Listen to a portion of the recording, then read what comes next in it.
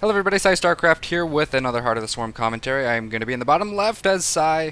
That's my name. I'm the red Zerg. My opponent's going to be Orangatang. In the top right as the blue Zerg, it's going to be a ZvZ on the map. Fuck, what is this map? Space something or another. What up G, says Mr. Orangatang. And he's a monkey. That's funny. He's got a G at the end. Normal. That's not how you actually spell it, is it? I remember Orangatang having like a weird pronunciation compared to how you spell it. I don't really know. Maybe I'm just ridiculous. But this is a replay cast, as you can see here. Mr. Orangatang asked you if I'm streaming. No, I don't really stream anymore. The revenue just isn't really there for the time that I put in. Plus, I don't know. I don't know why I don't stream. It's just isn't as fun as doing YouTube videos, I suppose.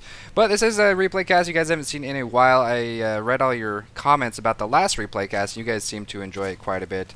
And I think my last replay cast was a ZVP.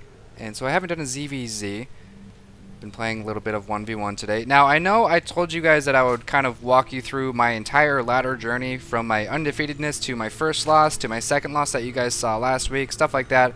But I think I'm going to actually start playing some 1v1s without casting them, just kind of for fun, maybe to get a higher sample size of fun games I can cast, because these two were played back-to-back, the first games of the day, and they're going to be the first two that I cast as a replay, this being the first one. You'll see another one after this today.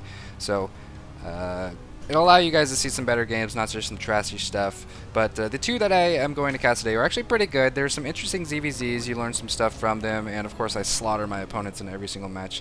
That's a lie. I don't want to tell you what happens, but we're going pretty similar builds. We both went gas first. You can see our spawning pools are almost identical. 650. Oh, mine's slightly ahead. And let's see. 48. 46. Oh, and I'm slightly ahead on gas too. I am just slaughtering this guy. And I have more minerals. But he's got an extra drone coming, I think. Yep. Damn it. He's beating me. So we are identical. I feel safe saying that our builds right now are identical. I have a queen coming, he doesn't, so you can see after he starts the speed, he's not starting the speed. What a loser. This guy's terrible at this game. I should not be losing to such a loser face hole. He's not actually getting metabolic boost. This is odd. This might be a deliberate decision on his part, or that or he's just forgetting about it. Is he saving up for 150 for some reason? No, there it goes. So I guess he just wanted to drone up, or get his lings out before he started the boost. So that can be kind of smart, actually. Getting the lings out before the boost, or getting more drones before the boost will allow you some more minerals. But my concern is, oh, there goes the baneling nest right away. So he's staying on gas, whereas I pulled off 2 from the geyser. So he might be going for some early baneling aggression. We can see I'm going for the expansion, he's going for the baneling nest. Now I do see he doesn't have an expansion, so this should be kind of setting off some alarm bells in my head. When you don't see an expansion from a Zerg, even if they do kind of go like a aggressive opening with speed, you're gonna want to get a lot of lings or some spine crawlers. You're not gonna want to produce a lot of drones, because you can assume that because he's going to attack and you're on defense, that as long as you moderate your drone use and you defend against the attack, he's still gonna be behind because he has to rally, and so you don't actually need as many units as him to defend. Plus you can get spine crawlers. That made sense in my head. I hope it made sense to you guys. But he's got 10 lings on the way, and I'm still waiting on that hatchery. Now, the problem with his hatchery is while it does allow me more larvae, I don't have a lot to spend. I don't have a lot of spending money, whereas that 300 minerals that he could have had is being used on all these lings. So my baneling nest is very late, considering I do see no hatchery. I see no hatchery. I don't see a hatchery. And he's doing an odd thing here. He's getting banelings on at his base. Now, the weird thing about this when being an aggressive player is that banelings are very slow units without speed. 2.5, that's very slow. And he's going to have to walk them all the way across the map. That's going to allow me a chance to get a spine, to make more lings, to maybe get some banelings of my own, although this baneling nest is very late. So I shouldn't have a hard time defending against this, simply because he did choose to get those banelings at his base. So it's kind of a strange move. I'm not really sure why he chose to do that. Looks like he's going to test the water a little bit, push my lings back. The spine hopefully completes in time. These banelings are I cannot emphasize how slow those banelings are. And still no expansion from him. I do see a drone just kind of hanging out there. And in this kind of situation, you want to use 2 banelings for at least 2 of his banelings. Now right here, I kind of botched it up. I should have had an overlord out here. This is one of the most important spots for you to have an overlord, as well as right out here, just because you can see when the units are coming in. And because of my lack of an overlord, it's just kind of a clusterfuck around my spine crawler. He's going to hit most of his banelings onto the spine, and now I don't really have a lot to deal with it. Well, I do have a couple banelings actually. I just don't have a lot of spending money. I've got 14 on minerals. How many does he have? He's got 11 on minerals, so actually I'm doing better in economy. And this is kind of what I mean. When you're a defender, you kind of have an advantage as far as economy goes, just because he has to rally so many units. He spent a lot on banelings, and he was able to kill a probe or two, a drone or two, but I'm still out-harvestering him. I do have my hatchery up, and it looks like I'm handling the defense just fine. His hatchery is just now starting up, so able to defend that attack pretty well. Up on harvesters, up on expansions. Looks like he does have a little bit more money as well as a little bit higher army, bigger army. But again, on the defense, I should be just fine. 5 banelings on the way. And one thing I really want to do is keep an eye on his harvesters with these overlords. This overlord should not be out that far, though. Seeing these banelings, knowing I'm going to have to detonate my own banelings. I like to get them in bunches of 2 because 2 banelings can kill 2 banelings. And right here, again, if I had another overlord out here, I could be trying to pick off these banelings with some lings. But instead, I'm just now seeing them, and I have to react accordingly. And sending in 2 banelings to kill one of his banelings isn't good. Oh my gosh, he might be able to take out that spine. And this is a little better. Now I'm managing my units slightly better, getting 1 ling to pick off that baneling. But his army count is just so much higher than mine. I wasn't able to get my spine out in time. And this hatchery is kind of biting me in the ass, to be honest. That 300 minerals could have done a lot earlier on in the game. And now because I just didn't produce enough lings, and I actually went for drones. I think I produced like 4 drones or so before he attacked. Now because of that, he has canceled my hatchery, actually destroyed my hatchery. And he's taken an advantage. It's now 16 to 16 still, but now he's the one with the hatchery. He's the one that's put me on my back foot. And it's not looking good. I do have some extra larvae here, so that's kind of cool. He's up 7 in supply. So one mistake that I tend to do is I see an aggressive attempt from an opponent. I defend it, and I'm like, okay, well, he's not going to try that again because that would be idiotic. And then they always do. They always do. One thing, there's like a trend. Aggressive players don't know when their aggression is failing, and they keep trying, and I don't ever realize that. I just kind of try to go like the common sense route, and I'm like, well, he's not gonna try that again, but they do. They always do, and it ends up screwing me over, like you're seeing here. Oh, I got some banelings on my hand. Oh, 3 for 5. Could have been 2 for 5, but I had 1 baneling kind of just going crazy. These guys need to be attacking this baneling. There we go. Get out of there. Get out of there. Yeah, you're dead, baneling. Well, I hope so. Oh, losing 3 zerglings to that didn't need to happen. And that's going to be canceled. It's not that detrimental to lose a baneling while attaching because you do get 3/4 of the money back. And now he's being aggressive once again, and I'm just not producing enough units. I'm making a lot of drones. Look at this. I have 21 drones still, and this is resulting in him just getting more and more of an advantage. Oh, and running lings into his banelings once again. This is the worst micro ever. He's going to be able to take down this queen. I anticipate that and make my own queen. And now I'm making some spines. I'm like, okay, I need to consolidate. This mass production of lings just isn't happening. And he's actually decoying my 3 lings down here while he picks off a couple of drones. And it's now 14 to 19, so he's taking a substantial lead. He's got a bigger army. He's forcing me to make spines. I don't have an expansion.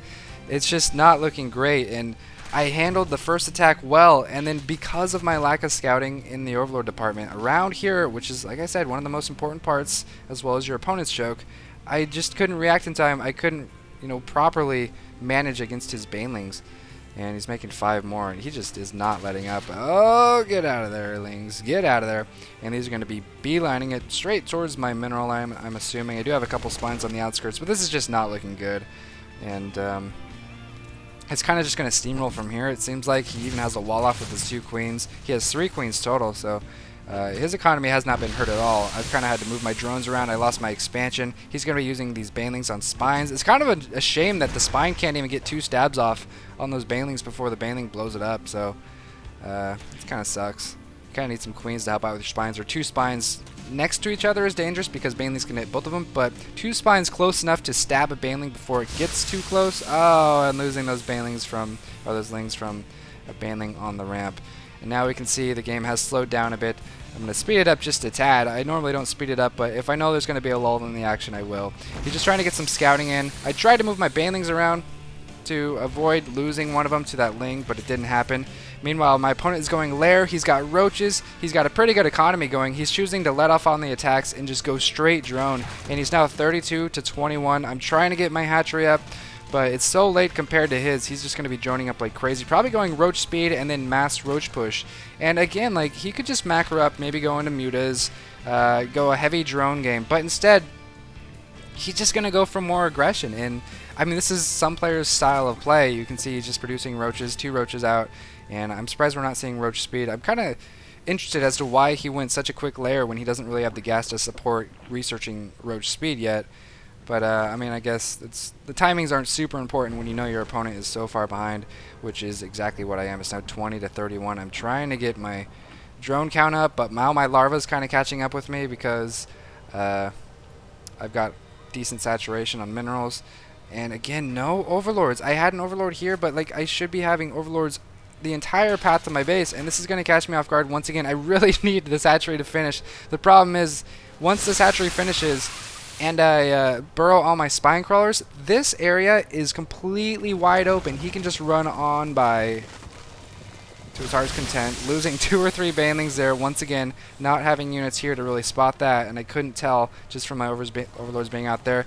Now these spines are going to root. These banelings actually do okay damage against clumped roaches, but it won't matter too much because I don't have anything to finish them off, and he's going to roll on right on by.